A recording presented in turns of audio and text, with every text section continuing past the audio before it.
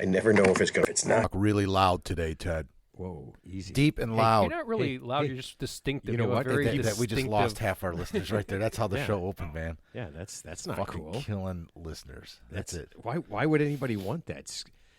And then I'm a show target. 89 Mark just screeched like a lunatic. I'm a target now, Matt. You are a target. Yeah. Okay, so you know what? I'll go really fast and do it right. I'll just go right away into it. We have some updates. Ted, what are you writing? Yeah, Ted's writing his tips. Yeah. Actually, I wrote one national day that I wanted, and then I just thought of another one that's even. See might how be easy better. that is to change the topic? You know what's I'm That's not, all I'm I not have gonna to stop. do. It's Well, written right I'll in just front say of me. Ted again, and then it's over with. Yeah. Whatever you're trying to accomplish. But no, that was funny because I reminded Ted that he had, because I said, Teddy, I'm going to give you a job and you're going to have come up with a national day that doesn't exist. And Ted, and I texted him this morning and he's just like, yep. And then he showed up today and he's like, I'll think of something. What do I have to do again? Yeah. And then he asked my favorite question. Do we have a guest? Who let the dogs out? You know we have a guest, right? Yes. He's looking. That's not It's fair. Margaret Elizabeth from the Green Party. Yes. Welcome. Yes, it is. All right. So quick updates. Pre-welcome. We get a pre-welcome. Mark, people Yeah. love your movie mention from last week, Electric Horseman. Oh, Yeah, all right, we got a nice. lot of feedback, and All people right. said they saw it, I can't stop grinning right now. and it's a nice. They said it's a good, fun movie. Yeah. Yeah, All right. and they said Jane Fonda. One guy said Jane Fonda was hot. She is. Well, she was back in the day, back in the 70s when she, was making those movies. So she's a good-looking Yeah, woman. yeah, she was she's- married to Ted Turner from TBS. He owned TBS Sports Network that I think broadcast the Atlanta Braves. She was He married did, to him for a bunch of years. CNN, TBS, TNT, Remember Ted Turner, right? Classics. Yeah. Yeah. He owned the first superstation, right? I think so, yeah. Yeah. Wow. Turner Broadcasting. Hot Atlanta. Yep, Yeah, Atlanta. hot Atlanta. That's when the Braves. We're yeah, he winning got the Braves pennant. on. We're winning the pennant like every year. We're Yeah. just going to win the World Series. Now, Mark, they did give you some love, but then they took that love back when many people mentioned that Samoa and Hawaii are not the same place. They're not the same. Good eye, mate. Yeah. Yeah. Oh my God. I Yeah. mean, aloha. That's Yeah. Australia. Yeah. So that was. I thought that was pretty funny. There's a lot of people. I even sent you guys one of my favorite ones from one of the women. She said she grew up in Samoa. Yeah. She was born in Samoa. Yeah. She lived in Hawaii, and she wanted Mark to know that those two are different places. That she went someplace else when she. Yeah. So I think the conversation was you said that Teo was. Manti Te'o was Samoan, but he grew up on Hawaii. Well, I said, They're the Yeah. same thing. no, I said, Samoa well, is if he's Hawaii. Samoan, I mean, You said Samoa is Hawaii. okay. Don't get mad. Listen, don't Hey, get mad. I'd rather be ignorant than stupid. So I don't know everything. and what if you're There's both? things I don't know. Ted, have you So- mastered both? We're live here. I'm just reading the script that you provide, Matt. Oh yeah, and the we script and I we provide. Yeah, so it's scripted. I read what you say. So if I look stupid, It's because I you know, wrote it wrong. if I'm ignorant, whatever. So as I was typing, I went. All right, I stand Hawaii corrected. and I know Samoa, Samoa. they're I know where the same Samoa is. And- I know and- they're two different Yeah. islands, but their cultures are So- very similar. There's a lot of similarities There between. are. There yeah, are. I mean Oh. they're all part of the Area. Hawaiian Triangle. The Pacific. Hawaii, yeah, the Pacific Pacific. no, it's Triangle. the Polynesian Triangle. Polynesian Triangle. Yeah. Okay. Yeah, But, so I mean, it's but like, a bunch of people said that one, maybe you should take a class. okay, I in don't need a class. geography. I got it now. It's down. I But- need to go to but you've fucking made- school to learn the difference between But you made Samoa several, and Hawaii. You made several. What I kind think of you class? do. I already learned it. I'm Okay. good. It's just like a Okay, but you geography Okay, made- let's yeah, drop but this no, because you I'm going made to get several. really upset here. Okay, I but- made a mistake. Okay. They also mentioned maybe you should get a map. Maybe All right. we could have a map on the show. I'm the one that suggested that a month ago. And Yeah. you said that's a great Yeah, idea. we should have a world Where's map. the map we at, should have Ted? a world map. Ted, where's the You know, map? I'm going to order a map on Amazon. No, you're not. You're not. Why wouldn't I? Ted, when are you going to Zell me? Yeah, you're not going to do any of that stuff. Ted says a million. It's my favorite do thing. owe you. You're sitting at the bar and he's had a couple of drinks and then he just starts giving a list of things that he's going to do. All right, so listen, tomorrow what I'm going to do is I'm going to order 25 golf balls. I'm going to go ahead and get some new shoelaces. Matt, I'm going to get you a hat. I'm like, I don't want a hat. I'll get you 2 hats. And then he'll go through all these things. And then you see him like 3 days later. It's like, Ted, where's my hats? He goes, what? What hats? He goes, you don't want a hat? I go, I know, but you said you're going to give me a hat. He's like, no, I don't want no You hat. want a Vice hat? Yeah. No, I don't. You want a toe? I'll get you a toe by 3 o'clock. All Don't. right. What'd you do with that Crown box I got you? That Crown Royal box. Did it leave this basement? It's down here somewhere. No, I think it never left here. Okay. No, I think it's down here somewhere. Yeah. He uses it for a footrest. Oh, last week we also talked about toilets. And Teddy, you said that the toilet was invented by a Mr. Crapper. Supposedly, I could be wrong. Well, no. So he did not invent the toilet. He kind of added to it. Yeah. But the toilet was actually invented by Sir John Harrington. Okay. Okay. Okay. Now, here's something I didn't know. One of our listeners, Carlos in Houston, Texas, sent me an article, and you guys are not going to believe this. I didn't believe it until I looked it up. You guys know Megatron, Calvin Johnson from the Detroit Lions. Mm-hmm. Guess what Calvin Johnson did? Got Samoa and Hawaii mixed up. No, he's way too smart for that. Actually, he's way too smart for that. He went to Georgia Tech. Yeah. He invented a toilet. Did you really? Yes. Wow. So here's the thing. I'm not fucking with you. You can look it up. Him and a guy named Brad Davis, when he was back at Georgia Tech, this is absolutely true. Look it up immediately. Stop the show and let's look it up. He invented a toilet in places where there's little or no water, so that they could. It uses the sun's energy to kill the bad bacteria. Yeah. So that people in countries where they don't have any water or have very little can safely go to the bathroom without infecting, like the water system That's a and great all that idea. stuff around. Yeah. He did that while he was in college. That's pretty. Did he Which a patent it? buddy named, Yeah. you know what? I don't know. Did he They, patent this that? might, they have waterless toilets already all around right now. And it They're could be not from him. flush toilets. They just, I mean, you Well, piss this in- uses the sun's energy to actually kill the Wait, bacteria. These are urinals. I'm sorry, Yeah. they're not What- toilets. what's I'm the- talking about urinals. What's the toilets they use in the tiny homes? Like they use compost with some of them, the ones that don't have. Some of like them do these- that. some They of these dry tiny it out homes. and stuff like that. Yeah, But yes. I told compost you my is- in-laws in Southern Illinois have a outhouse, and it's a compost. It's an outhouse. It's Yeah. the same concept. So compost is that? Oh, wait. I left my banjo upstairs. I'm supposed to play banjo music and talk about Southern Illinois, right? See, now you're confusing Arkansas and Mississippi with No, Southern Illinois. Listen, I'm telling you right now. Here, listeners, please get on Matt. Nope. There's no banjos in Southern Illinois. There's no difference between Southern Illinois and Arkansas. Once you get You're 50 out of your miles, mind. once you get 50 miles south of Chicago, they're all just actually, hillbillies. you know what? True story. I wasn't. Wisdom teeth is the difference. I was somewhere in Southern Illinois years ago. Where was the Archer Daniels Midland factory or Caterpillar headquartered? Like not DeKalb, That's but in Bradley. That's in Peoria. Peoria. Okay, You it was went somewhere- there? No, it was Decatur. I went to Decatur years ago for a bowling tournament, and you know what? And actually, the fuck, that dude? I'm sorry, and that felt like more deep south. That did feel like the I was in the Decatur? deep, yeah, It's I was. not even. I felt like I was in the deep south, It's not even south.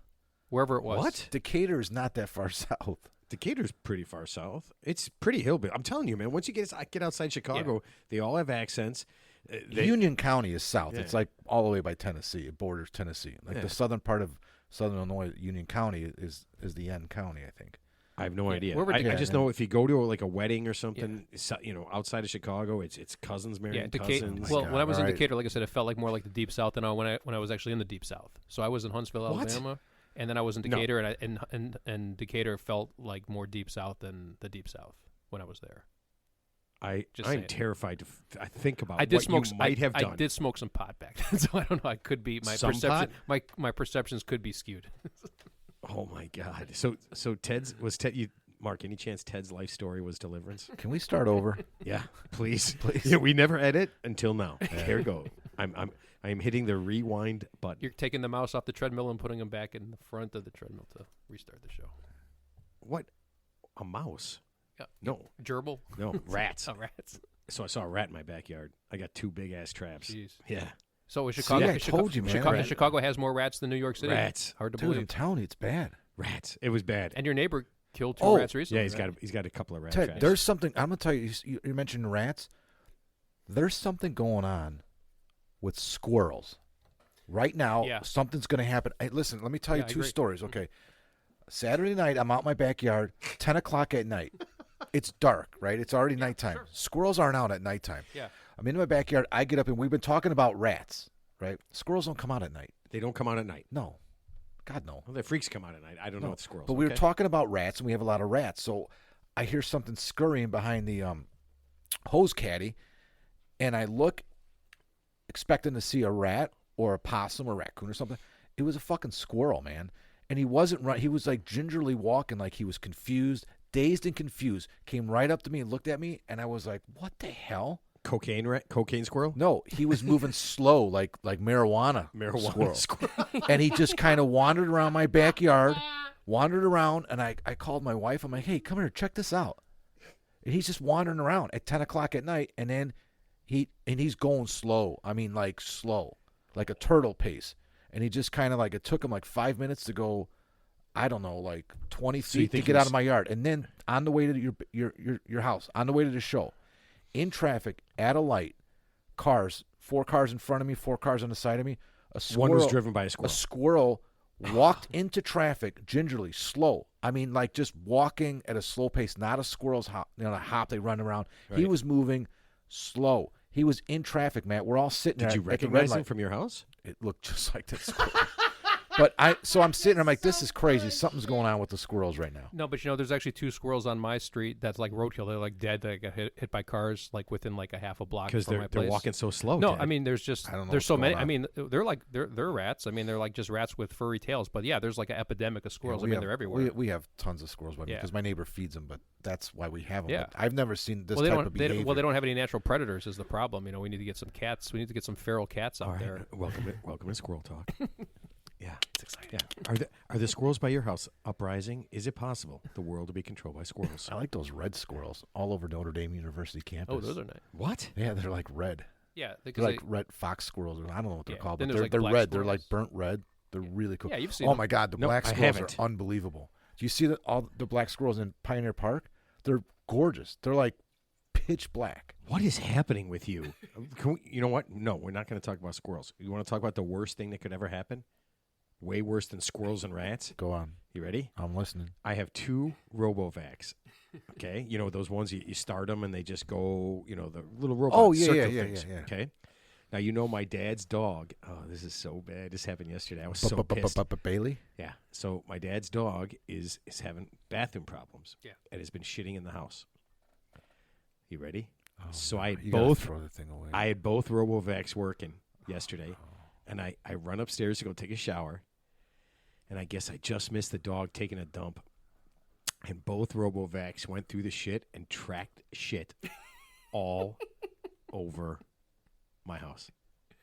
Oh dude, my That's God, called the dude. law of unintended consequences. You know what? I would have loved to have a video when I came downstairs and Oh just no. started.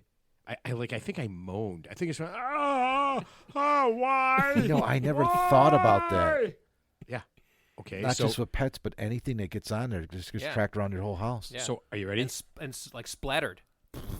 So, Well, no, it didn't get so are splattered. you are you moving? So both RoboVacs are in the garbage. They're literally. I was going to say, yeah, they're you covered have to with throw shit. them out. They've been Right. compromised. You yeah. ready? They've been compromised. all the rugs in the house gone. Oh my God.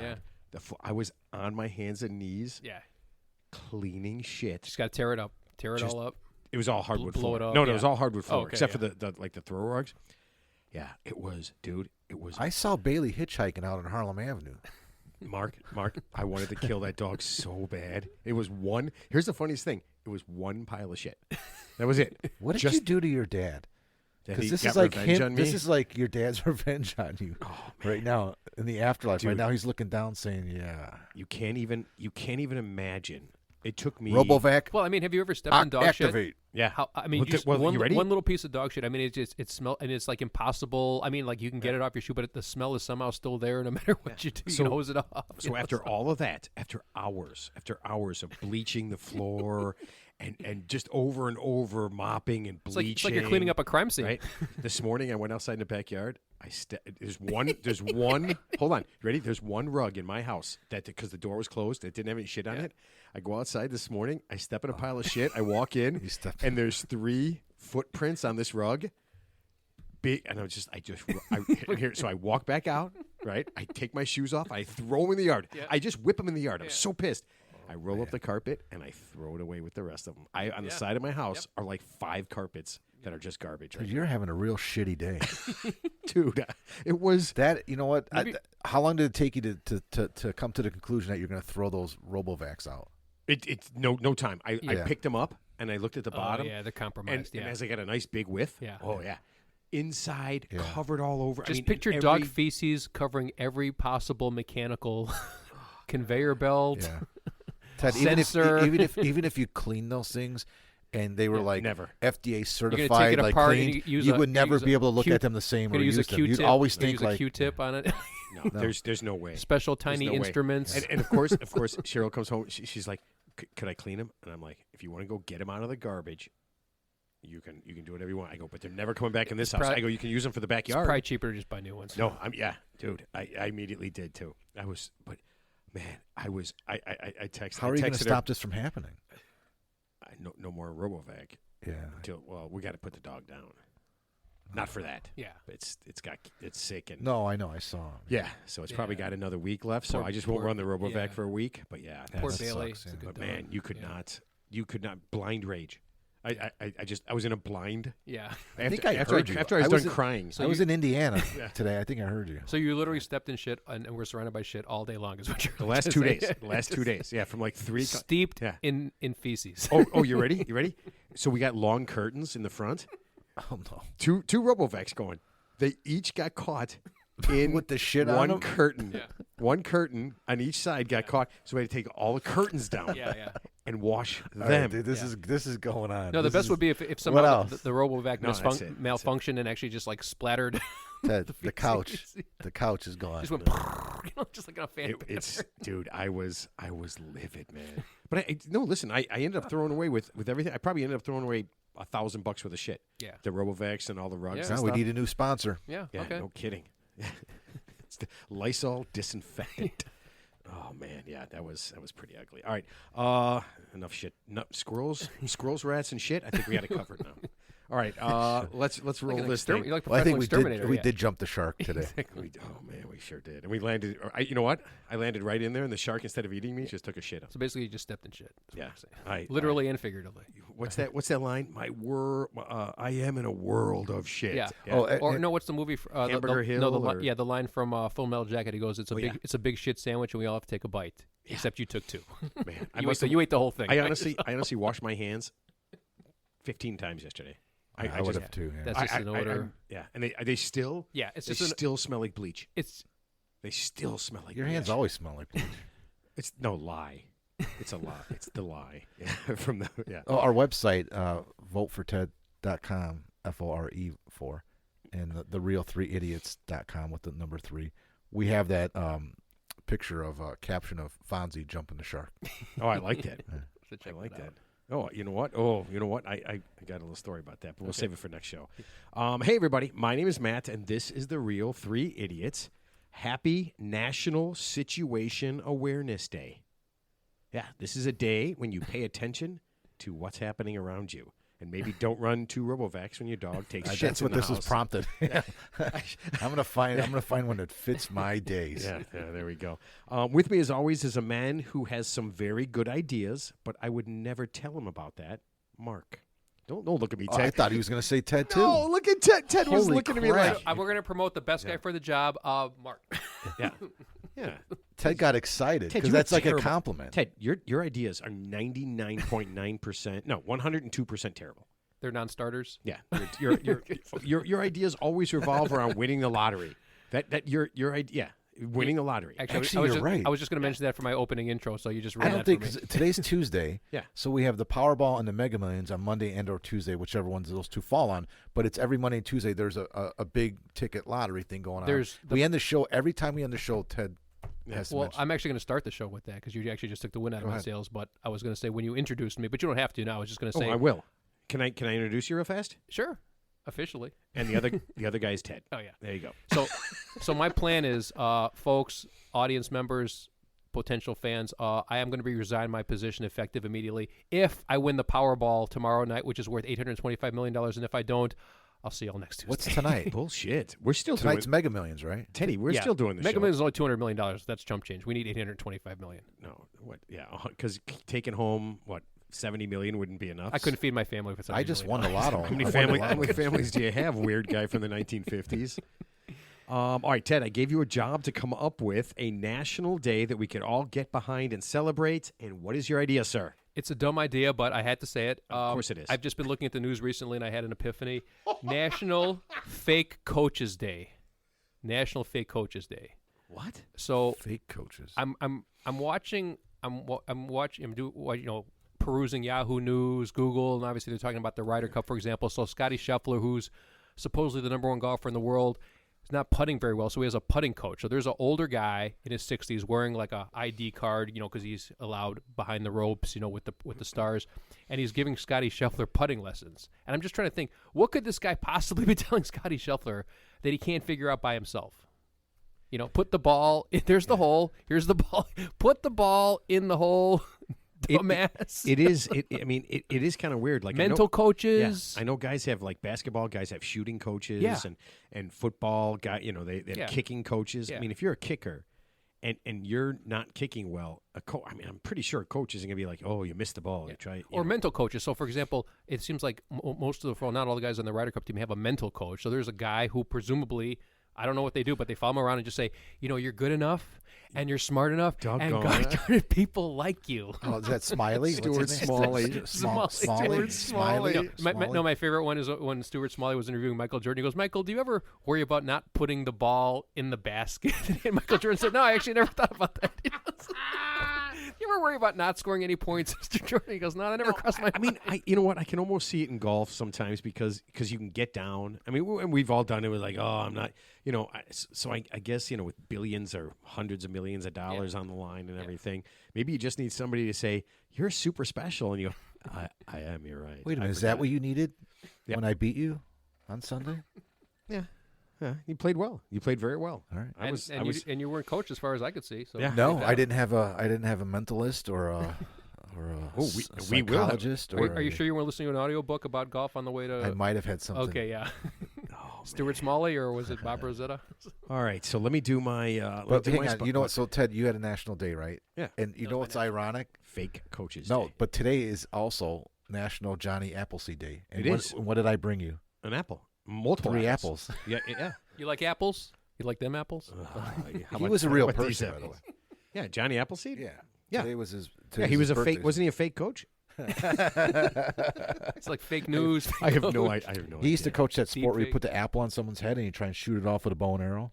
Yeah, that's a sport. So here's my question: If I wanted to hire a mental coach for anything, like say I'm golfing, I want to hire a mental coach. After listening to this show, no one would take the job. It's a fail. How much it's a straight fail. How much would they charge me, and what would they tell me? Because obviously it's not like an actual physical lesson about golf. So what would they actually tell me that I couldn't ascertain by myself? So you're challenging me to get a mental coach. Get a mental coach. I'm not gonna. But I think you're right, though. I think that I'm not gonna mock them. I'm not gonna mock them if they come on. But I'd be really curious to see, like, number one, how much do they charge? Because I'm sure they have some high net worth clients.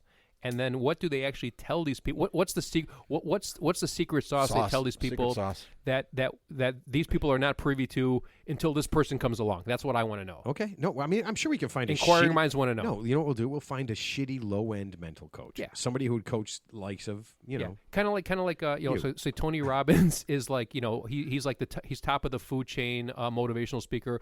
We need almost like a Matt Foley bottom of the barrel motivational speaker. Down by the river. Yeah, I think you're right. I think though that each Ryder Cup team does have.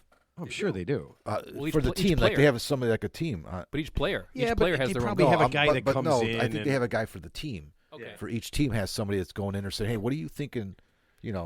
Yeah, there's we probably need you on the greens here. What are you thinking? I'm thinking I want to miss this putt, embarrass myself in front of millions of people, and be the laughing stock of my peers. Thank you very much. Or I could just make the putt. You know who would be a good coach like that?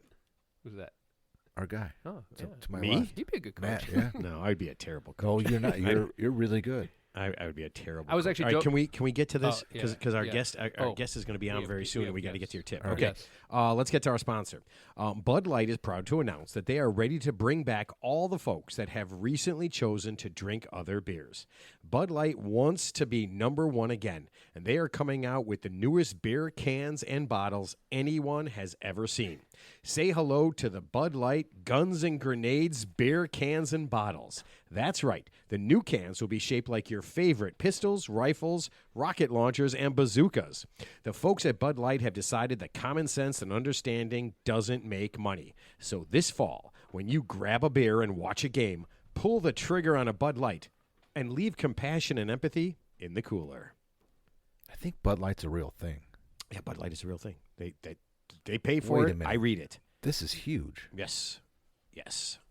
Forget about the Robovax. You're going to have Mr. Belvedere. Mr. Belvedere? Dude, you're going to have a real... Wait, Mr. Belvedere? Oh, he was a butler. Cartoon guy? No, he was a butler. All right, sing your song, and let's get to that tip, because I'm fairly confident our guest does not want to hear any of this, but she's going to be forced to. So, you know that Ted destroys the tip. Tip divides the show. Drink the crown, swallow your pride. Tip on through to the other side. Tip on through to the other side. Tip on through to the other side, yeah. To tip our listeners here. Chased is edible there. But can you still recall the time he cried, is this the hill you choose to die on now? Tip on through to the other side. Tip on through to the other side, yeah. Everybody loves our Teddy. He get high, yeah.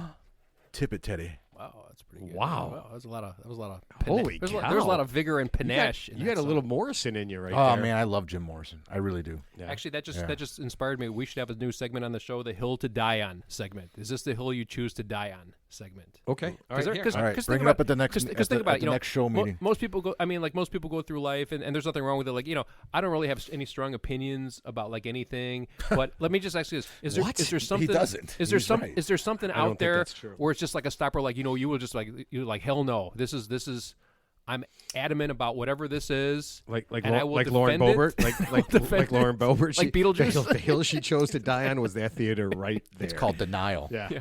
Okay, so let's get to the tip here.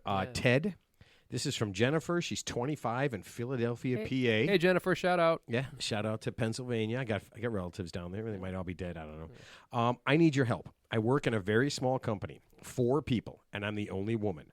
I love my job, and I'm making an extremely good living. My boss is a sexist dick, and it's not getting better. I need him to scale it down about 90%. I absolutely don't want to get any outside people involved. He's older, and he won't be around forever, but it's getting really tiresome.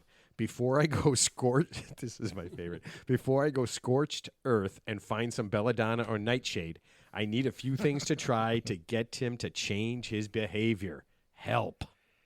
Hey, Jennifer, thanks for the tip. Appreciate it. Hey, we recommend not going scorched earth and using poison because if you look at that lady from Utah, she's in a shitload of trouble for doing the same thing. Oh, you heard about so basically, just on a side note, they just found some letters in her cell, and she's pretty clever. She's a pretty clever she-wolf. So basically, they found these letters in her cell that she's basically trying to witness tamper her own mother by having her give false testimony to say that her husband, who she allegedly killed with fentanyl, went to Mexico to buy the fentanyl. So he bought his own bought his own murder weapon, and then when she got busted, because obviously all letters in prison or jail are screened, of course. So when they found the letters, incriminating letters, she basically said, "Oh, this is part of my new nonfiction book or my new fiction book that I'm writing." And But basically we don't want this to happen to Jennifer. and basically accuse everyone of being a dumbass Okay. for not knowing that. So she's Ted, she's a help, good one. help Jennifer. Yeah. Okay, Jennifer. Okay. It's a 4-person company. That's a pretty small company. You're the only woman, so I'm guessing there's 3 guys, and one of them is your boss. Okay, so there's 2 guys and you and your boss. Now, you said, my boss is a sexist dick, and it's not getting better. Now, obviously, and you said he's older than you. You didn't say how much older.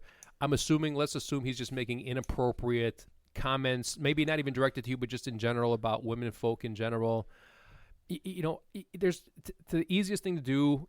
It's the kind of the puss way to get out of it, but you could just simply start looking for a new job on Indeed, because like I said, the best time to look for a new job is when you already have a job. Ted, Again, I'm making an extremely good living. That was hers. Yeah. She's not gonna leave that. Assuming she can't, but there are other opportunities out there. So I'm just saying the best time to look for a job is when you have a job. So you could be doing that concurrently. But here's what you're gonna do while you're there, without confronting him directly, because it's such a small, insular company. It doesn't seem like there's an HR department. I'm guessing you might want to just start recording your boss's behavior on your cell phone. Yes. Okay. Yes. See, now Video this is the and tip I like. audio. And then you might want to kind of leave little reminders to him what he's acting like without him having to know it's coming from you, kind of in a roundabout way to say, hey, we know what you're doing. And then if you have to go scorched earth, you could always make it viral and just, to kind of modify his behavior, Wow. So like send them random emails with the video saying like Happy Harassment Day. Happy situational awareness day. Yeah, just you didn't know I was recording you. Love the HR department. So basically, he sounds like he's a guy. He's still stuck in 1953 without realizing it's 2023. So, like I said, maybe he's a product of a bygone era where he thinks it's okay to do that. So, people like that, maybe they have to be gently reminded that they live in a different time now. And so the way to do that is through some positive or some negative reinforcement in his case, to let him know that, hey, bad behavior, unfortunately, is not tolerated in the workplace these days. Times have changed, and we got to change with them. That's an understatement. She's holding all the cards. Yeah. And plus, Yeah. like I said, I mean, he has to have some semblance that, the day and age we live in, like if he got sued for, like, say, sexual harassment, assuming you have the documentation. So I would just say, number one, document everything. Don't confront him necessarily. Just document it all. And then if it does reach a head at some point, you have the documentation that you can, gently advise, hey, this is what I have. And if he tries to do anything negative to you, I'm not using the word blackmail, but you could basically kind of Wouldn't that be extortion? I believe blackmail. Yeah, you could gently just coerce him in a nice way, just saying, hey, sir, with all due respect, I know you're the boss, but this issue's bigger than you, and let me gently remind you of all the other bosses such as yourself who've gone down with the ship for exhibiting bad behavior. So maybe that just do professional sports owners. I honestly thought that Ted was going to. Yeah, Donald Sterling. I thought his answer was going to be. I thought his Yeah. answer was going to be cougar in the car. Put a cougar in his car. But what if he drives better?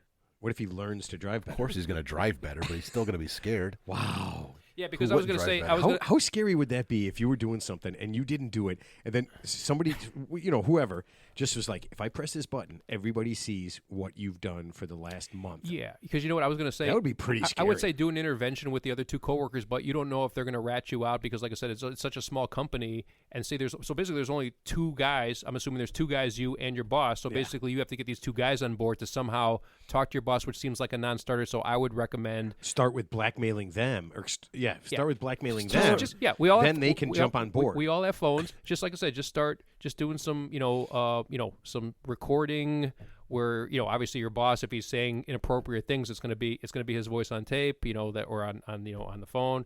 If there's some video of him doing some weird shit, you could get that as well, and then just kind of put a little catalog of the boss's greatest hits together, and then if it comes to it, just say, hey boss, I got something I want to show you that you might want to think about for the next time. So And tell her to watch. What is it? Bad Bosses? What's that movie? Yeah. called? Horrible bosses. Horrible Bosses. Yeah. Yeah. Just say you're like Colin Farrell in that movie. You ever see that movie? Go watch that movie. Yeah, we've seen that See what movie. happened to him. Movie. 1 and 2. That is a great movie. All right, that seems okay. I mean, No, I was looking for something better, Ted. Well, I mean, you can't get can too do better. scary. Well, you know we what? got to keep it practical. We don't want to Yeah. give like fantastical advice that doesn't really like apply. Like, Who are you? Keep it practical. No, what are we going to say? Put him on a spaceship and blast him off to Mars? There. See. Tie him up? See, no. I wonder if our guest, who happens to be a woman and probably has to deal with this as a political party, Yeah, she because could- most, the way I see it is most political parties are filled with dudes, right? I mean, I don't see the Republican Party. I mean, I don't see when the Republican Party has to order, any special meals or any special things for women, because I just don't see any. So Margaret, let me ask you this: does that sound like a viable thing to do? Recording somebody and then kind of holding it over their head and blackmailing them? Not blackmailing, but just modifying their behavior if needed. So It's not blackmail. I guess we've sort of established that. because you're not asking for anything. is You're it not saying you're going to pay me if I don't show this. You're going to say, hey, boss, your behavior is inappropriate, and maybe you're not aware of what you're doing, but we need to make people aware. Unfortunately, with your bad behavior, just FYI. So Okay. I mean, that's true. I think there's a lot of sexism in the workplace, and it's really difficult to deal with. And, probably having a video of somebody's bad behavior is the way to go, especially in a small situation. I was listening to the podcast, just in and heard the scenario. So, yeah, I think probably recording is a safe way to do it, especially if you want to confront people and have them change, because I don't know when the last time you told somebody to stop being an asshole to you, but sometimes people take offense to that and they will be more of one. Yeah. So, That's Well, here's, yeah. here's what I've learned over time. Like, people who are assholes or are true assholes don't know they're assholes. So it's like, for example, normal people can be an asshole, but they're aware they're assholes. But then the real assholes don't know that they're assholes. I don't. And I feel kind of bad for them. I don't so. believe that. I think they feel. I think most people who are just really like the worst people, I think they're just okay with it. They just say that this is the way I. No, Yeah. you know how many people? I mean, Margaret, you've probably run into tons of people like this. It's like, oh, you know what? I just like to say it the way it is, and that's just somebody's way of being mean to you, right? Well, those Yes. are those are narcissists. People who have those like buzzwords like it's not my problem. I just call it like I see it. All that bullshit. Yes. Those are toxic. The brutal truth. Those are toxic. Those are toxic. I have no filter. Those are all toxic Yeah. personalities. We all do it. Hey, we're talking politics already. All right. Oh, man. All right. Well, let's introduce our guest. Our guest today is Margaret Elisabeth. She is the co-chair from the steering committee of the Green Party of the United States of America. Margaret, welcome to the show. Welcome. Hi, everybody. Thanks for having me on. Wow, this is pretty crazy. And I kept saying to myself when you said yes, I kept saying to myself, why? Why? I mean, you must have begged with some good tears in your eyes, you know what? I do. I'm saying, if you don't come on, no one will ever listen to us. It's just the three of us being stupid. You have a little snot under your nose just for visual effect, Yeah. Okay, so Go ahead. Sorry. Oh, so I say, Margaret, I ask everybody, come on, and we had the the Democratic Party of America. Damn it, I already forgot who they were. They were Of the American Independent Party of California on, and I asked him to give us the short version of what what they do, and he started reading all this stuff and doing all this. So without reading a manifesto. Give us the short version of the Green Party real quick, just to get us started, so we have an idea so people have an idea what we're talking about. Yeah, so the Green Party of the United States is a member of a global federation of political green parties, right? In every country of the world, basically. So we're the American version of it, and our focus is climate justice. That's the core mission, right? We want to not just raise awareness. Obviously, we can look outside the window and see climate catastrophe happening. So it's not an awareness raising thing. We need to move from knowing about it to taking action. And we essentially are the electoral arm of that kind of movement, right? There's people acting in the streets, right? Going to buildings and trying to stop pipelines and all the rest of that. And we're the electoral part of that same effort. So we're the that's that, I suppose. We do some other stuff, but that's the core of it. Wow. See, and well, now here's the thing. I'm going to throw Teddy under the bus. He doesn't believe in any of this stuff. I didn't say that. Yeah, Ted, you've said it a million times. I was actually going to say something when it's my turn to talk. It's your turn to talk. Okay, I was just going to say there are some people, I don't use the term climate. I mean, there are obviously climate deniers, but then there's just people who are just generally skeptical because the climate's always changing. I mean, for example, and I gave this example on the show like several episodes ago. In 1979, Time magazine came out with an article that says we're in an ice age. The climate was in an ice age, and then 20 years later, we're in a global warming situation now. And so for example, if you look at the dinosaurs that predates all of us, something obviously catastrophic happened to them due to the climate before any human was ever on Earth. Yeah, I don't dispute that littering, factories dumping mercury into the water, of course, it's bad for the environment, of course, the ozone layer, but how much does humans affect the climate versus just the natural changing environment? That's all I'm saying.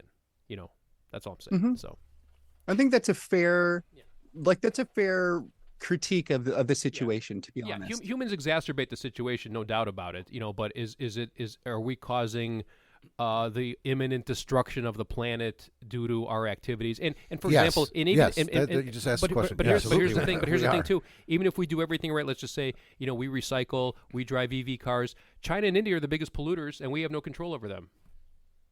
Well, this is true, but this is kind of one of those arguments where, like, okay, that person over there gets to do a thing. Why don't I get to do a thing too? Sure. It's a really sort of childish perspective. Yeah. We all have to act as globally responsible adults. We live on a planet that's connected. Right. I'm not individually by myself here. Sure.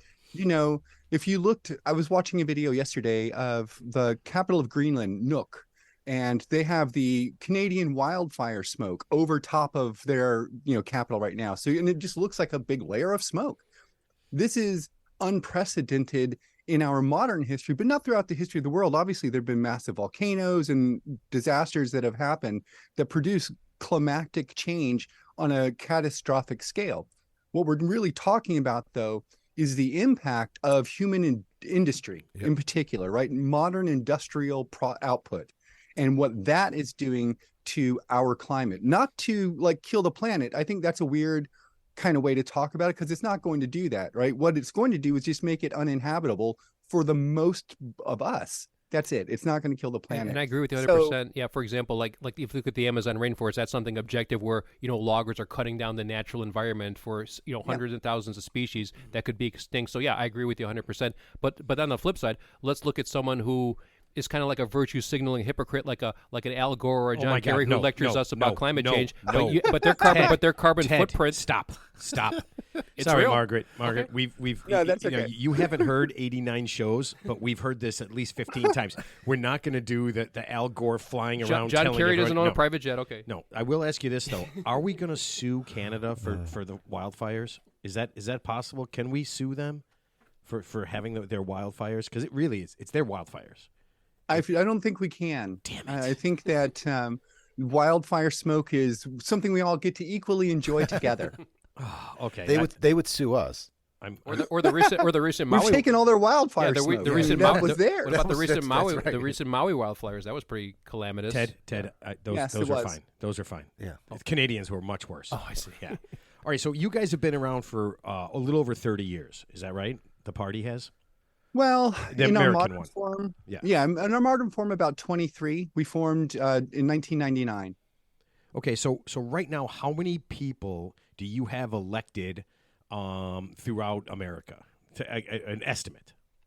I think when I last checked, and this was a couple of weeks ago, we have an elections database where we maintain all this information. I think there's 400 Greens who are currently elected, and 38 of us are running at the moment for various seats around the country. I myself was running here in Seattle for Seattle City Council. I didn't make it through the primary, so I'm not going forward in the general, but I think that's about how far we are into it right now. We run, there's a sort of critique that you hear a lot that the Green Party doesn't do anything except every 4 years. We run a presidential candidate and then we're just gone and we do nothing. But this is not a valid critique at all. We run candidates every single election cycle all across the country for all manner of office, from down to the lowest level of like dog catcher all the way up to governor. And we do it every single year. There's a big, look, let's just be honest about this. There's a lot of people in the United States who do not really understand how the government works. I don't mean like how a bill becomes a law, like in Schoolhouse Rock or something, but I mean how a political party gains ballot access. How you, an individual, might say, well, I want to run for office. What do I do? How do you do that? How do you find a place to find a political home and organize within and that sort of thing? And I think because Americans broadly don't understand this stuff, they don't really understand the nature of what a political party does. You can look at the big two, right? The blue team and the red team. They put on a bunch of showy debates for nobody other than themselves. And then they pat themselves on the back and they're like, hooray, look at us. The other parties don't really get a chance to do that. We don't ever have an opportunity to speak to the people directly because of, media blackouts and the sort of sidelining of third-party candidates that happens every election cycle. You're seeing it right now, even like it's starting after Cornel West, announced that he was going to be running with the Green Party. Now there's just a hit pieces and attack ads all over the place coming for Cornel in this weird sort of like they ignored him for all these years, but now he's running it, so now it's this. And it's the same thing. Well, why are you running a presidential candidate, but not these congressional candidates? But we do it every year, and it's a part of a process, and it's part of how we change the Overton window, like move it in the United States about what we're talking about in terms of climate justice and social issues and stuff like that.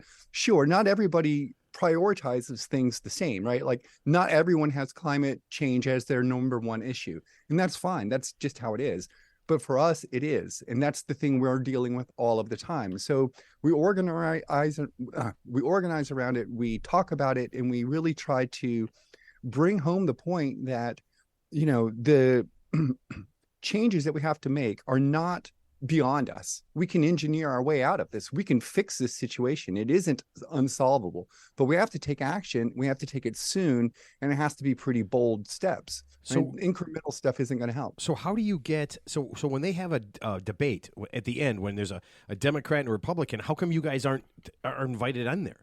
Why not? Oh, wow. Okay, We have to qualify for those debates.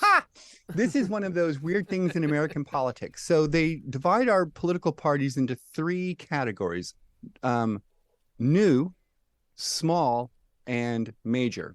So we even though we've been around for 20 plus years, are a new party, because you're a new party until you reach 5% of the general vote for the presidential nomination. No other election matters.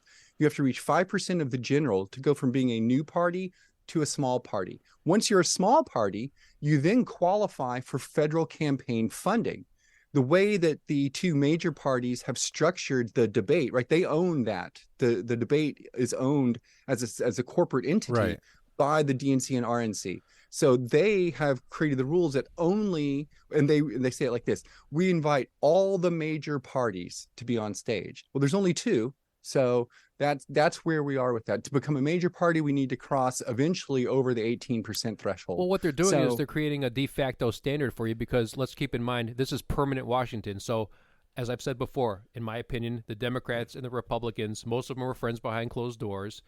Oh, yeah. If there's a threat to their perceived power, like say like a Donald Trump, whether you like him or dislike him, he's a threat to their perceived power. So there's obviously something so threatening about him that they feel they have to get rid of him by any means necessary, because he's, like I said, he's a threat to them. So like I said, wasn't Ralph Nader a Green Party candidate, if I recall?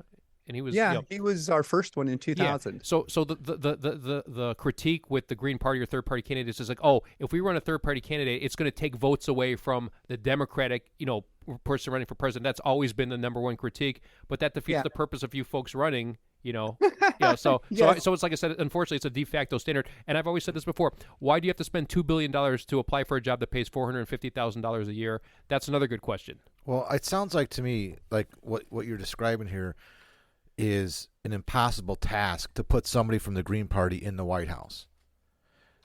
I don't think it's impossible. Well, but if you need 5% just to get on the national platform, and you guys have less than 0.5% of, I mean, that's a monumental task. What's your current percentage hang on, that you have? I got it. So, okay. What I'm saying, what I think is, do you think that the Green Party would have more value as an lobbyist group like you've been doing? Because the Green Party has created a lot of law, a lot of things have come to pass because of the Green Party, right? Mm-hmm. You guys have accomplished a lot. Why is it important to have somebody in the White House? It's not necessarily important to have somebody in the White House, but this is how ballot access works in the United States. So let's say that you've decided you want to run for Congress in your state, and you're going to run as a Green, okay?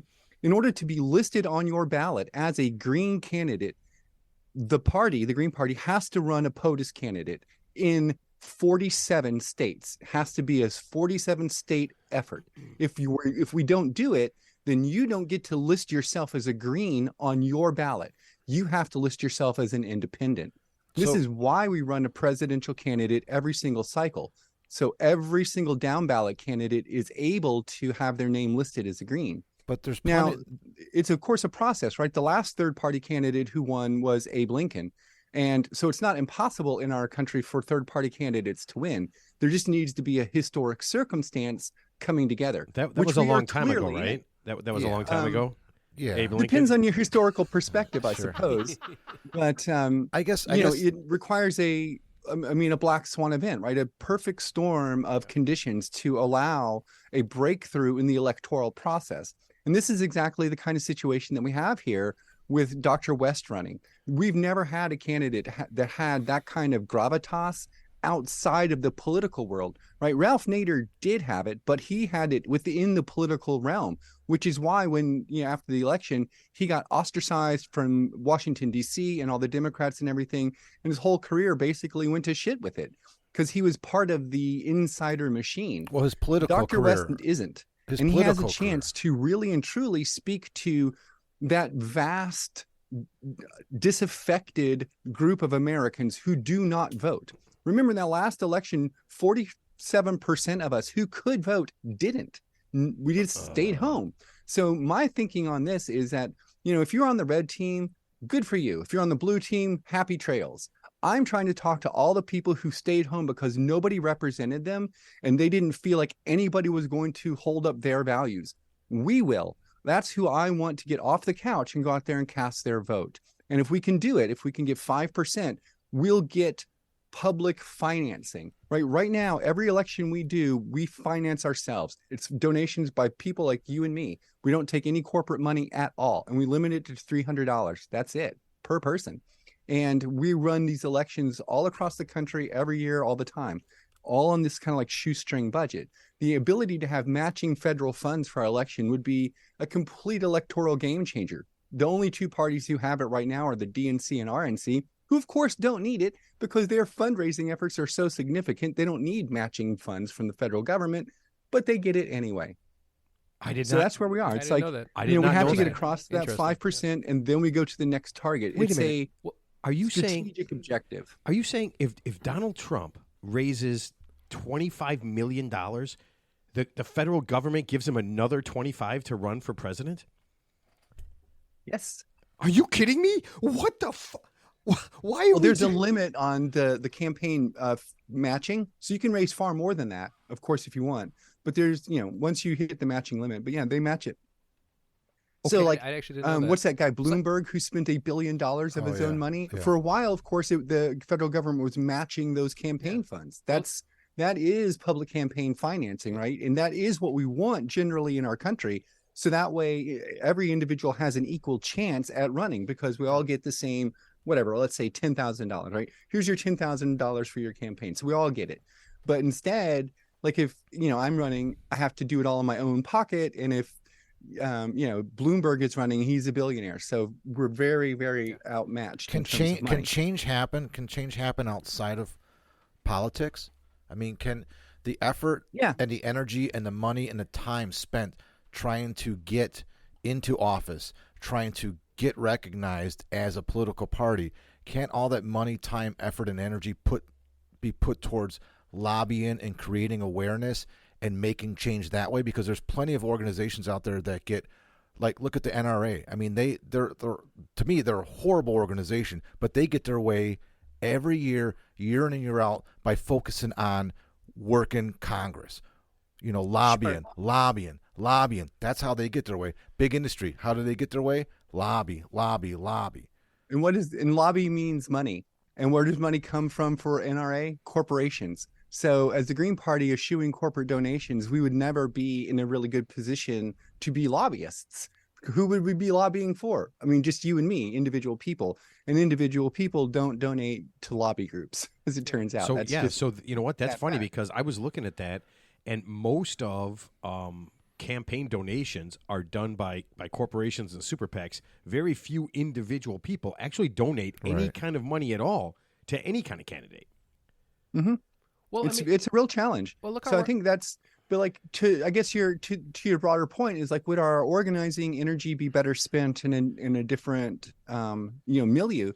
And I don't think that's the case. So there are already plenty of climate focused activist groups in the United States who are doing really good work. Yeah, So but we would being just in be government, another one of those. But it's not all about just climate. I mean, running the country, that's only a part of it. There's other Well, issues at certainly, stake. That's why you want to put some. I mean, you have to run the country. The climate issue is only a part of it. yeah, it's a component, So, for example, you have to understand this. I mean, what's important to some people isn't important to others. So I think like you have to have the big picture view. It's like most people care about taxes, what's in their Sure. their paycheck, health care, crime, education. Climate's important too. Don't get me wrong, but I mean, but like we talked about this last week. Is that the hill you want to die on? It's just that one small segment, which, like I said, that could be important to some people, but you have to recognize that that might not be as important to other people. So you have to, if you want to win a general election, for example, you have to appeal to the masses. But what's you important to guys, everybody. you guys have all that stuff. I mean, if you get on their website, you can see No, I all saw that. that. So That's so- where I was going all with right, it. so There let are me- the others. platform and Yeah, there all are- the I- rest of that kind yeah. of stuff. All right, so let's look at some other stuff real fast. Term limits. Do you guys support term limits for elected officials? Yes. We Yeah. have term limits for our own internal elections as well. Oh, look at that! Practice what you preach. I love that. The Supreme Court. Would you guys be okay with limiting like why does anybody get to be on a Supreme Court from the start until the day they drop dead? Do you guys have a stance on that? Yes. There should be term limits for the Supreme Court and it should be expanded. Ooh, I like that. Instead of just 9 crazy people. Yeah, Well, well, 8 yes. crazy Well, people and just- a But remember, crazier the person. Supreme Court was created when there were fewer district courts. That's what they were being elevated to. There's 2 new district courts in the United States now since the creation of the Supreme Court, and there are not corresponding justices on the Supreme Court bench to match the new district courts. Here, I'll give you a quick So it's just about just real keeping quick, it consistent. I'll give an example of the Supreme Court, how they kind of messed up Roe v. Wade. If Ruth Bader Ginsburg, at the age of 86, who had cancer, would have retired under Obama, Obama could have appointed a liberal justice. She chose not to. She died in office, and guess what? Trump, when he was president, appointed a conservative justice. Roe v. Wade ended up getting overturned. So unfortunately, Ruth Bader Ginsburg's legacy, a champion of women's rights, actually just went against her, because had she not just done the honorable thing and not the selfish thing, Roe v. Wade might have not have been overturned. Yeah, No, you're not wrong about that at all. I mean, look, Obama had 2 periods where he had a supermajority in Congress, and they could have codified Roe then and chose not to. We all pretty much remember, I'm sure, that very infamous speech where he ran on, I'm going to be, supporting reproductive rights, and don't you worry, everybody. The very first speech he gives is like, that's not a legislative priority now. Yeah. And so we didn't get it, and we're going to lose Obergefell as well, I suspect, here in the next couple of months. Iowa's trying to pass a constitutional amendment to ban same-sex marriage, and that'll be one of many states that'll be doing the same thing. And of course, this is a challenge on purpose to bring it back to the Supreme Court that's more conservative now and have it litigated again. Yeah, it's part of their plan. Yeah. Well, it goes back to politicians in general just telling people what they want to hear when they need to hear it. You can go back to Hillary Clinton. She gives the public speech, then she gives the private speech. So, oh my God, stop! But I'm just saying. But politicians say what's you're what's not wrong. politically This is- expedient. Yeah. Like we're gonna bring back Expediency, coal yeah. mining when he goes to when someone goes to West Virginia. We're gonna bring back coal mining. No, you're not. Coal mining is an antiquated concept, right? All right, From so, the 1800s. So Margaret, do me a favor. Give me some ideas. How do you guys differ? And I asked the other fellow this too. How do you guys differ from the Democrats and Republicans? What are some of the things besides climate change that you guys want to do that they're not going to do? Well, probably the first big one would be Medicare for all, or single payer healthcare across the country. Right? Medicare is maybe not the best program to expand. It maybe needs to be a slightly different program, but the program we have right now is Medicare. So Medicare for all. Healthcare is a human right. We all should have it. In fact, what we should have is the same level of healthcare as the people in Congress who what they have. That should be the same for us. They theoretically work for us, right? They represent us. We should be commiserate with their level of healthcare too. I think we all should have it. It's not, we're in a really weird place right now with COVID and how it's impacting our country and of course all around the world. But and what we have to do as a nation to prepare ourselves for the transition into this new economy where many, many people are going to be disabled from long COVID and not able to really work. And so we're going to have to really think about this. The Green Party has, as much challenge, I think, as anyone else in trying to envision what our new frontier is going to look like in this land of COVID and all the rest. But right now, I think that if kind of like not on the spot per se, but if I were to pick a few issues that differentiate us, it's Medicare for all. That's getting rid of private health care. Well, see, I don't think you should get rid of private healthcare either. I think Medicare for all should be for everybody. And if you want private healthcare, then you can get it too. Gotcha. I think there's a kind of a misconception in a lot of things especially when we talk about socializing stuff, right? Or nationalizing it, that suddenly nobody can have private this or private that. I don't think that's ever correct at all. I think what we have is a kind of mixed system where we have public education, for instance, right? Like college, let's say. State colleges are free to citizens of the state, but you can still have private colleges that you could go to if you wanted to. Oh, that's There's a good. no reason So both things can't exist. And that's another platform, right? Is free. Yeah. Okay. Yeah, free education for us all. Yeah, we remember education isn't free like in high school or elementary, right? It's funded by property taxes. Sure. But broadly speaking, it's free to us, right? That's how we understand this. Correct.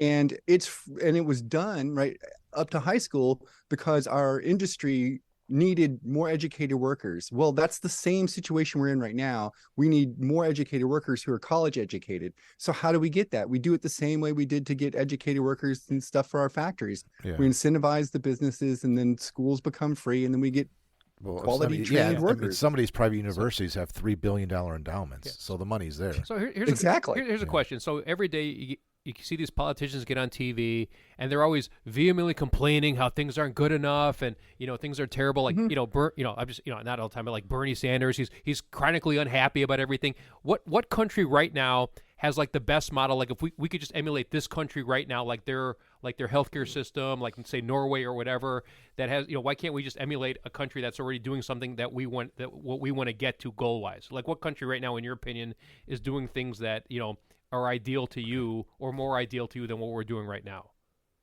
Well, so there's several countries that really are taking, I think, bold steps to address many of their problems. I think, look, I live in Seattle, and there's a pretty well-known issue with homeless folks here. So the city itself hasn't really been able to come up with good solutions. They should have elected me, because then we could have done what I'm going to tell you right now, and that would fix it. Because it's the same thing that Finland did. Finland has solved their homeless problem by reclaiming unused office spaces and renovating them into affordable housing units, and then puts people in it. They were spending about $30,000 a year per person when those folks were unhomed. To renovate those buildings and put people in there cost them about $15,000 per person. So they cut their cost in half just with putting people in there, and they no longer have an unhomed population. And that is a thing we can do in our cities. Not maybe every place in the United States is able to do it, because they don't all have office buildings or whatever, but most of the cities have unused office buildings now. Here in Seattle, it regularly makes the news that our unused office space downtown is about 45% of the office buildings. Chicago's that getting would close to house that right now. everybody here. Yeah, Chicago's getting the same way. Is the homeless situation in Seattle bad? Like, for example, we always hear about San Francisco, the chronic homeless problem there. It's rents. So like, we did a survey here in the Seattle King County metro area. Like, why are people unhomed, right? There's a variety of reasons. Yeah. Overwhelmingly, like over 85% was due to the cost of rent. It's just too expensive to live. Agree, yeah. So that's the problem, which can be solved as well, right? Like so Portugal recently took another step towards addressing this issue. They banned B&B developments and no investment from outside investors into housing blocks. Right. So that way they wouldn't just be bought up as investments. Here in Seattle, and I know this is the case in a lot of big cities, you'll have like a company like BlackRock, let's say, come in and buy whole tracts of homes, neighborhoods, hedge funds buy, and they raise the well, look like Jeff Bezos, and no one lives in them, right? Exactly. They're just investments, and there's no one there, and so it displaces the residents. It deprives the city of its valuable tax base. It's a cancer inside of our cities, which is ironic because the government always talks about affordable housing. We need to create affordable housing, but yet the complete opposite is happening. Because, like I said, houses are unaffordable due to the mortgage interest rates, and apartments rents are exponentially higher nationwide because the landlords know they can charge more because people can't afford to buy their homes. So you'd think, like I said, it seems like a solvable issue where just build some affordable, like a tiny home community. Something like boxable or something like that, or even like storage containers, turn them into livable, units. And, but there's always going to be that small percentage of the homeless, in my opinion, that, here's the bottom line. You can't help some people who don't want to help themselves. So if they are addicted to drugs or alcohol and can't work and spend their, money, that the stipend they get from the government on whatever. Ted, I'm just saying, I know, but it's a multifaceted problem. That's all I'm saying. So it is a very multifaceted problem. All right. So, Margaret, what else? What are the things that stand out that you say, like, these are things that are important? Well, there's a lot of things I think which are pressing on us as a society, right? And I think when you look at every election cycle, it doesn't really matter what else is going on. The number one issue is always the economy, whatever that might mean, my job, or the lack of raises, or everything is going to shit, whatever people mean by it. And I think that the Green Party economic policy is truly liberatory. We propose, UBI for all Americans of $4,000 a month. It seems like a lot for many people, but this is what countries do already. My friend in Denmark gets $4,000 a month as a disabled person.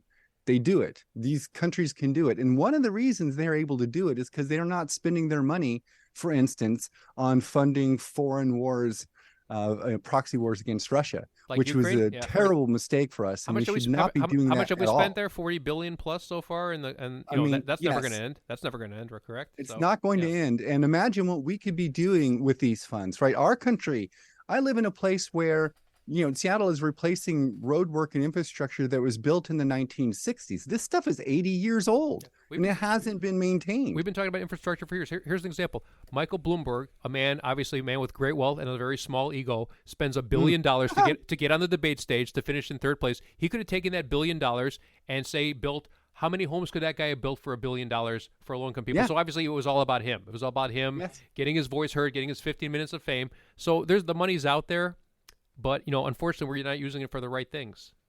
That's all. We aren't. Yeah. It's a spending priority issue. It really is just politics in that sense, right? Yeah. And I think one of the things that happens is, like you were kind of commenting a bit about this, politicians become career politicians because being a politician at a certain level pays pretty fucking good. I mean, that's just the truth of it. Look at Bob Corker. All the kickbacks, Bob Corker, all the worth rest of the stuff. $50 million. The benefits, the pension. Yeah.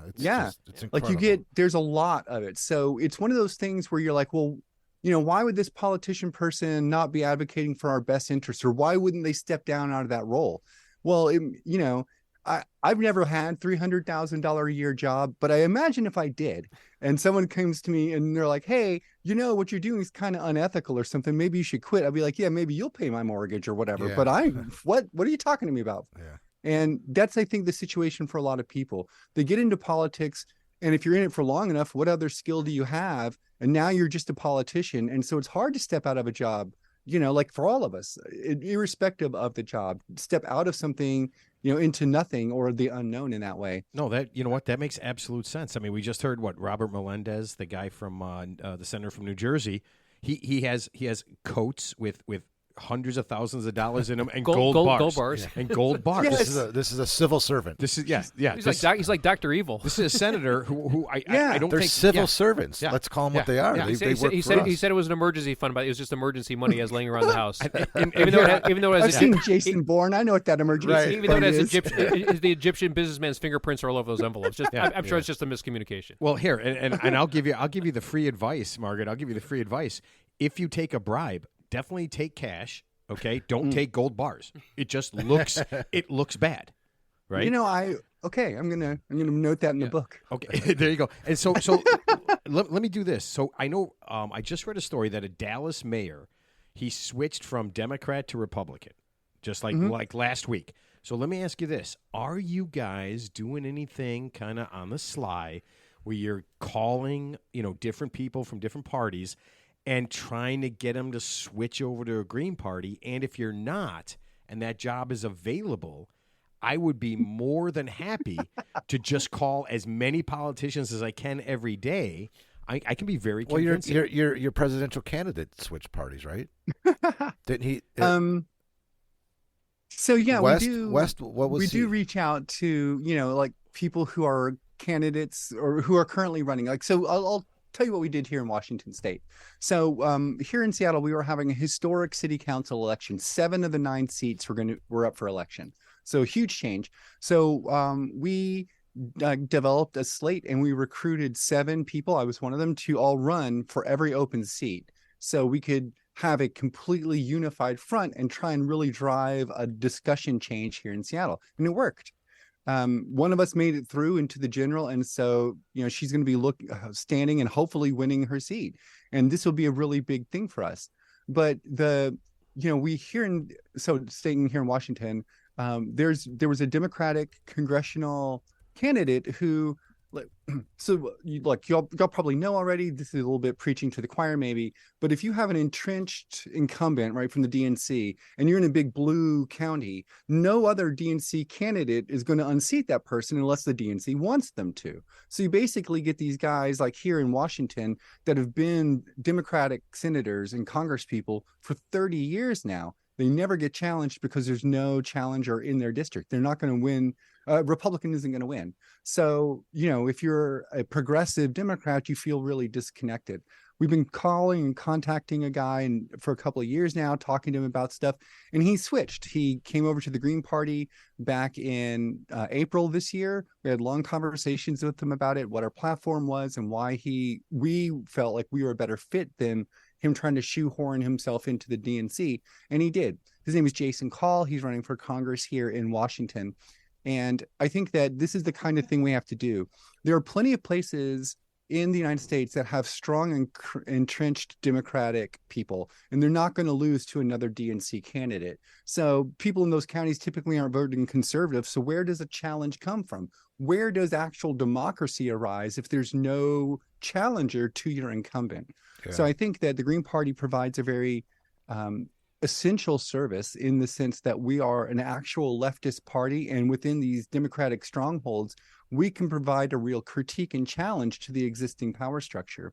It's not quite the same in Republican controlled spaces, but we present the same option in that regard, because usually Democrats don't win there either. So being a Green Party person is outside that kind of red-blue dichotomy of people just being angry at each other.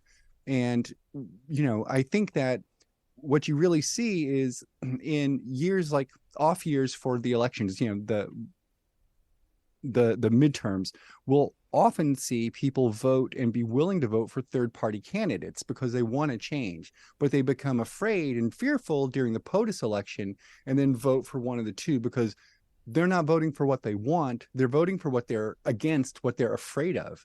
And I think that realistically, that's what most people do.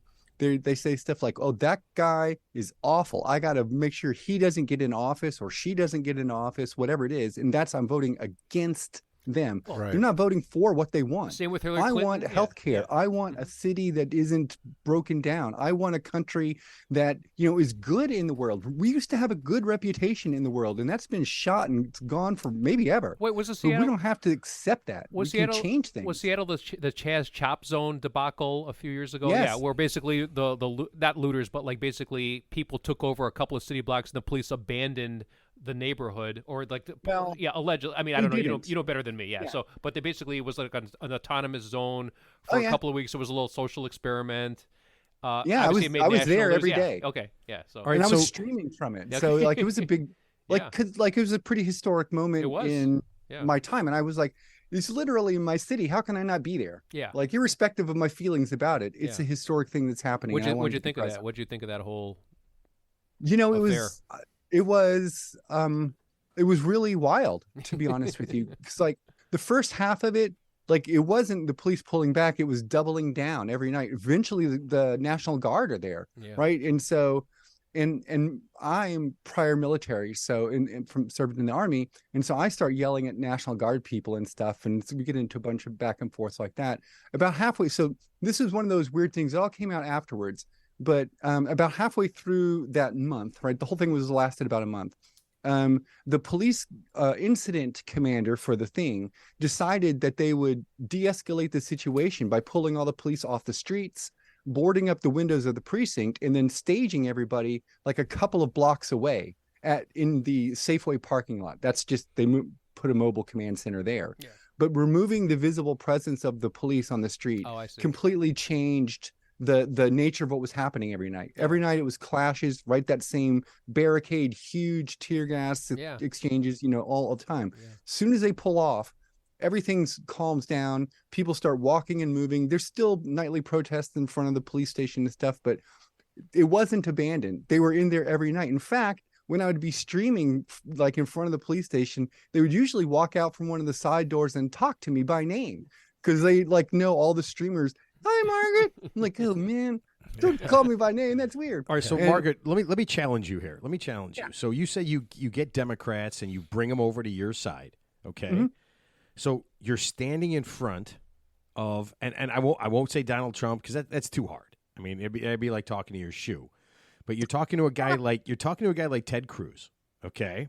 Okay. All right. And you want to get him over to your side. Is there anything that you can say? What would you say if you were just trying, if you had 2 minutes to convince Ted Cruz to not be, I don't know, Ted Cruz, okay? To be completely opposite of Ted Cruz, what would you say? She just said they don't have that much money. Yeah, They don't have that much money. Besides a truckload, besides a truckload of money in a That's all really he's nice place about. in Mexico, yeah. So, I mean, yes, I have none of this. Here's what I would say almost to every conservative, to be honest with you. So, what conservatives want is to conserve this feeling of safety. And feeling unsafe can arise in multiple circumstances, right? Economic insecurity, social insecurity, whatever it might be. So I would approach, Ted and say something like, listen, Teddy, you fear immigration and you fear the disruption of our society from immigrants who aren't integrating, like whatever. So I can propose a very good solution to halt so much of the immigration that's coming to our country, because those folks are not like waking up in the morning and saying, gosh, the best thing would be, let's just walk 14,000 miles to America and get harassed by border guards. That's not what people are doing. They take this journey because they feel compelled to. And why? Because there's vast climate change problems happening in their countries that are making them very unlivable. Or there's political instability, which the United States is often responsible for, which makes them unlivable. So what I would propose to Cruz or any of these other guys to get them to come to my side would be like, look, I agree that having a whole bunch of people coming into our country who don't really want to be here isn't the best thing for them or for us. So here's how we can help them. Let's enact climate change policies that halt and limit the destruction of their homelands so they won't feel the pressure to leave and come here. This is a thing that would be good for them, and it would be a thing that's good for us. And it makes the conservatives feel safe because their issues are being addressed. And this is a win-win solution, right? This helps everybody out. But we have to really be clear-eyed about this kind of stuff, right? Like, there's a whole bunch of refugees from Syria here in the United States right now. And they're not here because they woke up one day and were like, let's just go. They're here because their country was destroyed by us and other countries as well. But we're culpable for this stuff, right? We have an actual moral obligation to help these folks.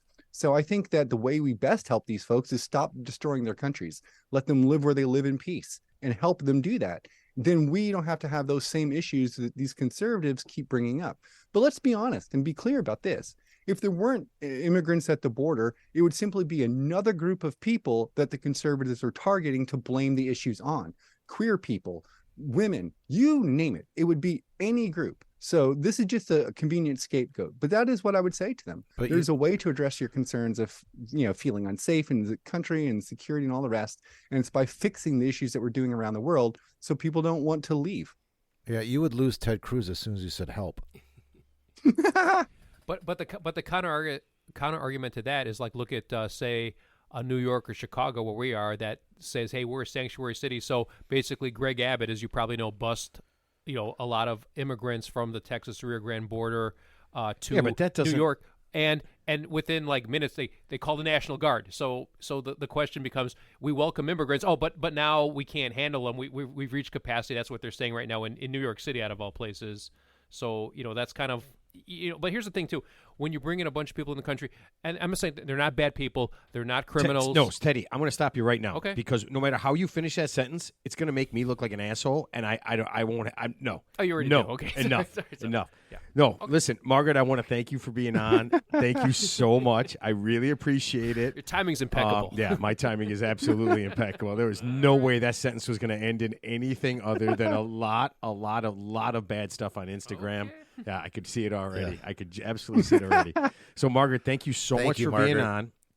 My pleasure. Yeah, we really appreciate it. Thanks for your insight. And I would say that and hopefully you would agree that if you're one of those 47% that don't vote and you hate everybody, that's cool. Just go out and vote for a Green Party person. Go out and vote for any third party, so that we can have more than two voices, because those two voices are not. No, working. and we've said that we just need more choices. Vote them That's out. the bottom line. We need more Vote choices. them out. Yeah. More choices is better. More choices is better. Yeah, because if every day was chocolate or vanilla, you'd probably kill somebody for strawberry at some point. So think about that. Or pistachio. Yeah. Oh, And the way we get there is, by implementing ranked choice voting all across the country, right? And you can do that at the state level.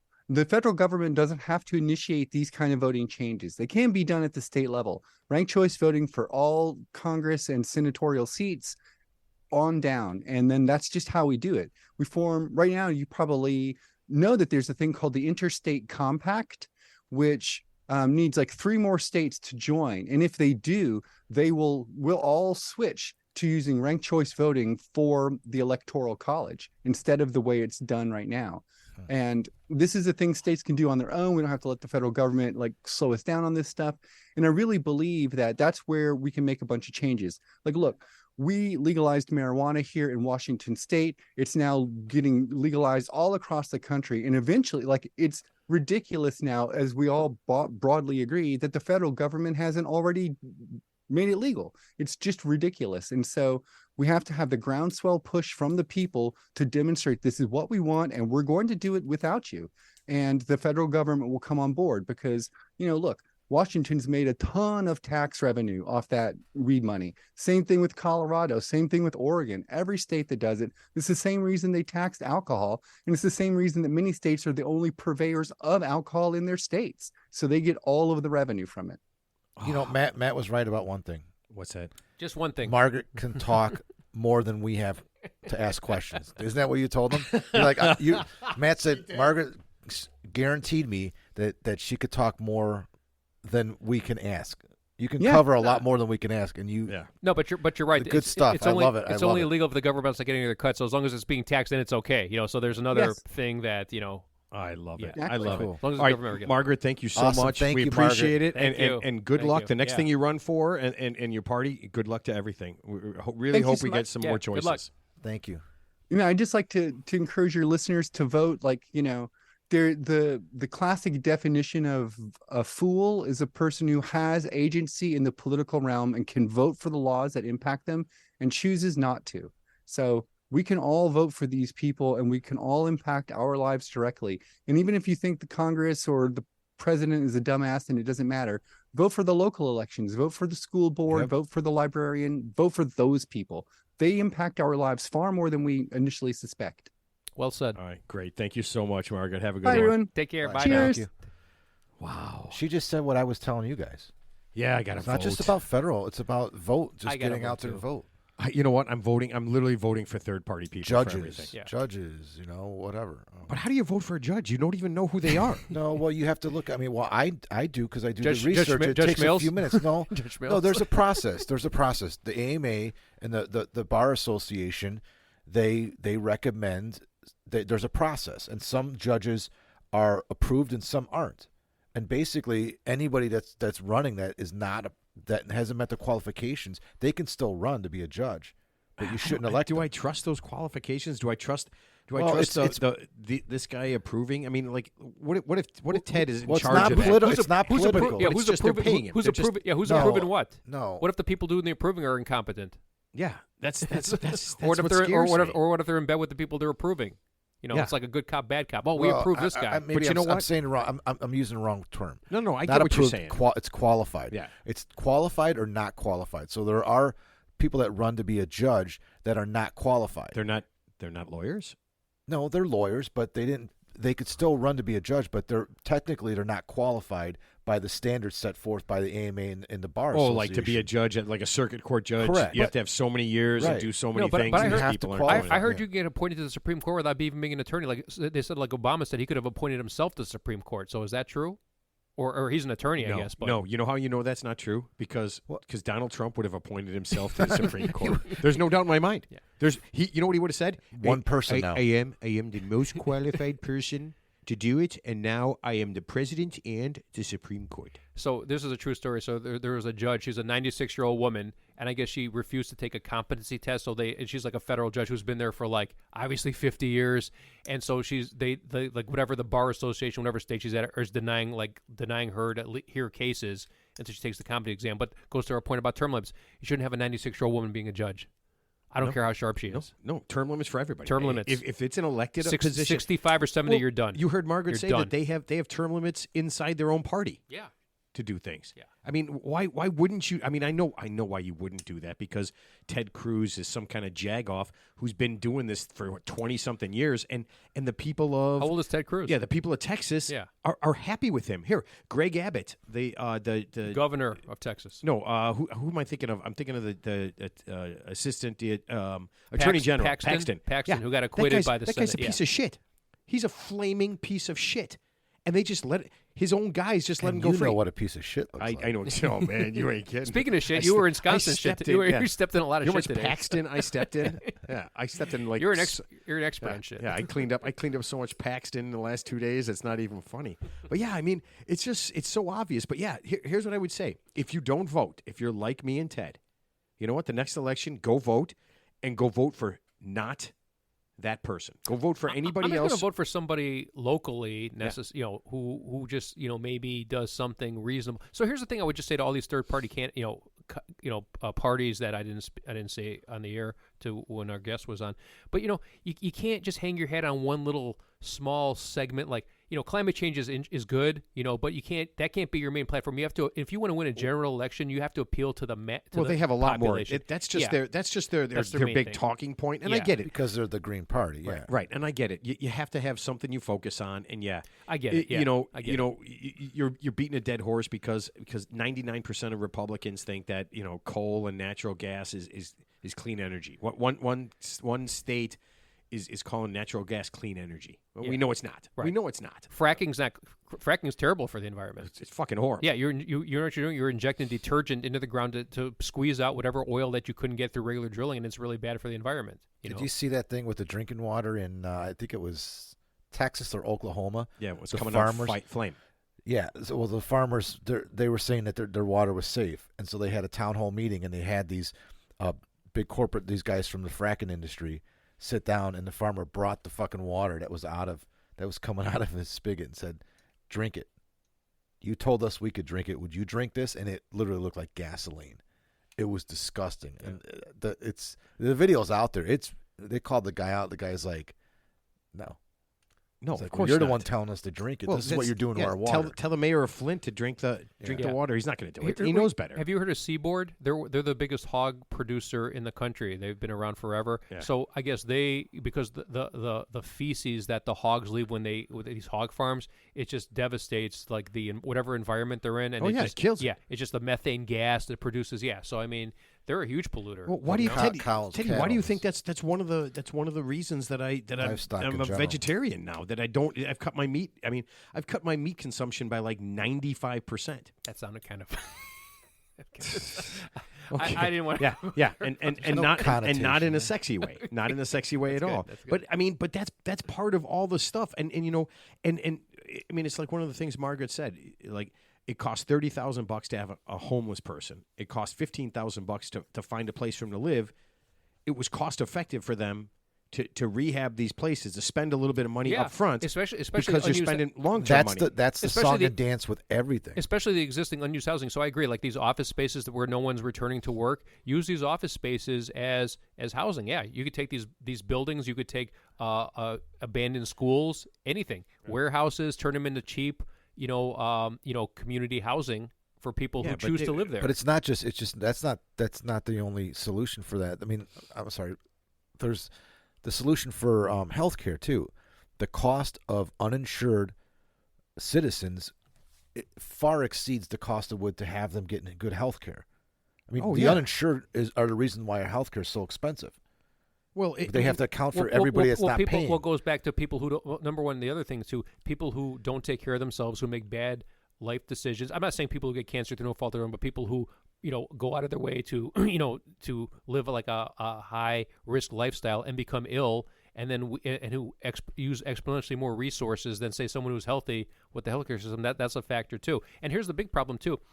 Every country, like I said, rots from within. So we can only print so much money. So, I mean, it's okay now, but say in 20, 50 years from now, when we keep printing all this money, because as you probably know, the U.S. went off the gold standard back in 1972, which means that the dollar that we make today is just backed by the full faith government of the United States. Ted Cruz. It's an IOU. So basically, the more money we print and the more money we print to say send to Ukraine, our dollar just becomes more worthless. That's all it is. And so it might not happen today, but it'll definitely happen in the next 50 or 100 years, where the dollar is going to be like Germany back in the 1930s, where inflation, it's going to be hyperinflation. It's going to run rampant. So it's just a matter of time. You know, and that's why the government hates crypto. That's why the government is scared of crypto, because crypto is not tied to the U.S. currency, and the government can't control it. No one's scared of crypto. It's bullshit. It probably is, but it's complete and total bullshit. But the point is, Ted, how much money have you lost in your crypto? Because I've lost all of my money. $5. Ted, you lost all of your I'm going to get it all back tomorrow. You are not. I'm going to get it all back But, tomorrow. with the healthcare thing, it's that thing where if you take care of it at the age of 15 or 20 or 25, it costs a lot less, right? Unless you wait until they're 45, and then everything is more expensive. Well, so it's the uninsured. Right. It's the uninsured, right? basically. And it's us not being able to take care of simple things Yeah. that are easy to fix in the beginning. Preventative health care. Yeah, preventative health care is huge. So people who make poor lifestyle choices, for example. No, it's not. No. You're looking at blaming people for being sick. No, not all people. Just some people. But there's things that you can fix. Sure. Early on, that are a fraction, 10% of what it's going to cost in 20 years when somebody who hasn't been to the doctor in 20 years goes in, and now it's a major, in the hospital instead of, a little bit of this or a little bit of that or, anything preventive or even before you get prescriptions or anything else. There's a lot of things you can do to take care of things early. But it seems like because we only have two parties and they fight about everything, they short-sightedly pass over lots of good ideas. Logical ideas, yeah.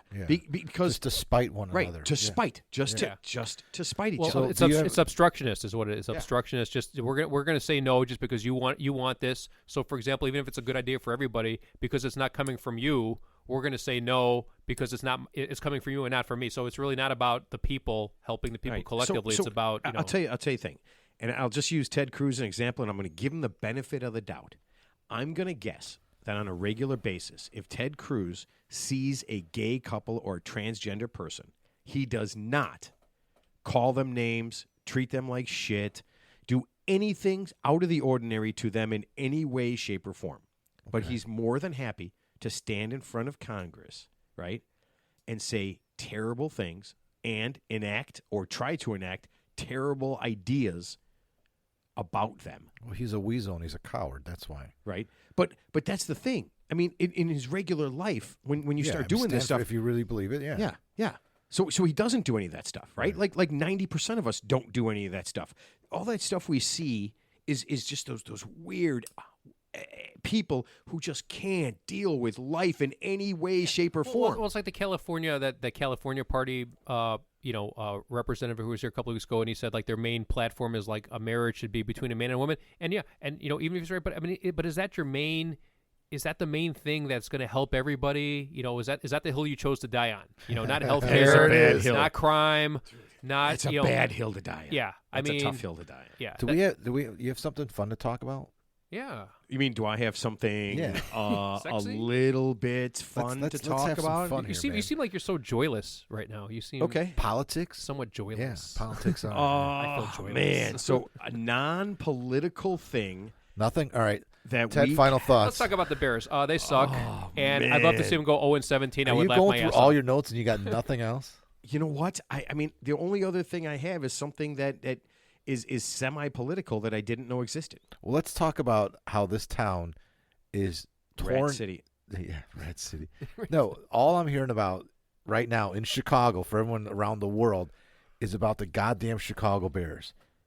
I want this to end. I don't want to talk about this anymore. But you have to. You're here.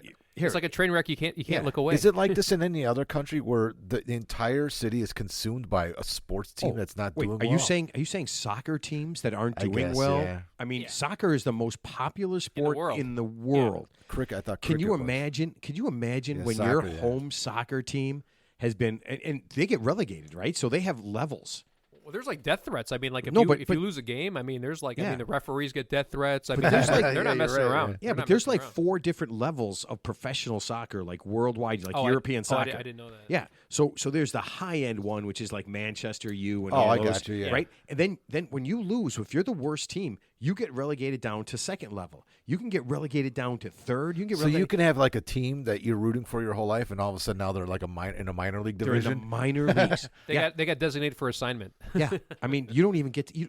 I mean, the only time you would see them is if they're playing at home. There's no more of man. that. I mean, could you imagine? That's why if they we throw had- money at all the stars because they don't want to get relegated. Right. They'll right. do anything Could you in their imagine power if we to- had yeah. baseball, football, if there were 3 levels of professional baseball? Well, there are. It's called double A, when you're single A, the triple A. worst team, Yeah. when you're the worst team, I mean, think about how much more money these teams would spend and how they wouldn't, you couldn't lose 120 games and get the first pick in the draft. Nobody gives a shit about that. There is no draft.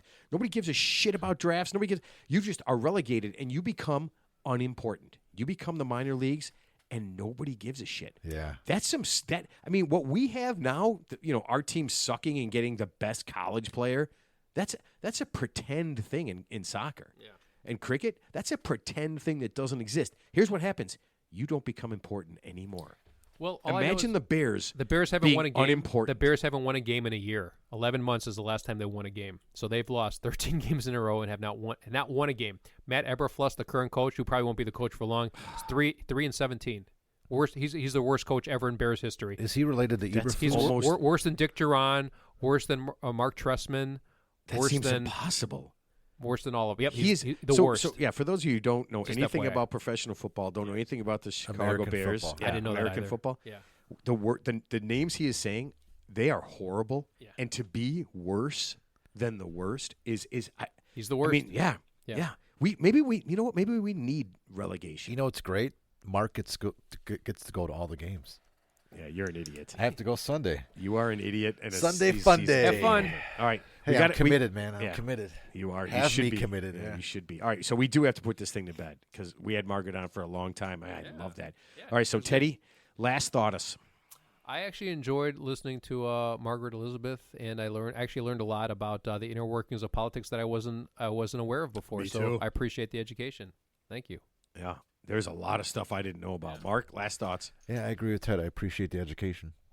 Yeah. I mean, No, it's it really crazy. was. Yeah, there's some insight there. That's pretty cool. I still think that the Green Party could serve this country and the world better if they weren't concentrating on becoming politicians, though. That's just my take. It's a losing proposition. They need 5%. They're less than. They're a half of 1%. Are they half of 1%? Yeah. half of I didn't know 1%, that. Yeah, and yeah. they've been a party for. I mean, it's just not going to happen. It's not going to happen. Well, here, let's. Unfortunately, I'll tell you what. Let's they could let's get make things it done happen. doing it a different way. Got to change your So game what plan. we have 30. I think the last week was 33,000 people who listen to this show. Now, mind you, a lot of them don't listen in America. So we got a lot of people who listen overseas. I love you, Yeah, world. but for those of you who are in America and you're like me and Ted, you don't vote, okay? Change it up and vote for not, if you don't want to vote at all, if you hate both candidates, vote for a third party so that they can get writing candidate on the ballot. Writing Yeah, candidate. so they can get on the ballot. Local level, not just Yeah, federal. yeah. They And- have and- local because there's And chapters who in knows? every state. Yeah, who knows? In 10 years, 12 years, you don't know. Maybe we could have, 5 people, 5 different parties, 5 different voices up there who want to become president. Don't listen to, if you don't do this, then that guy. No, that's not true. That's not true. There's half the world, half America doesn't vote. So those have a lot of power.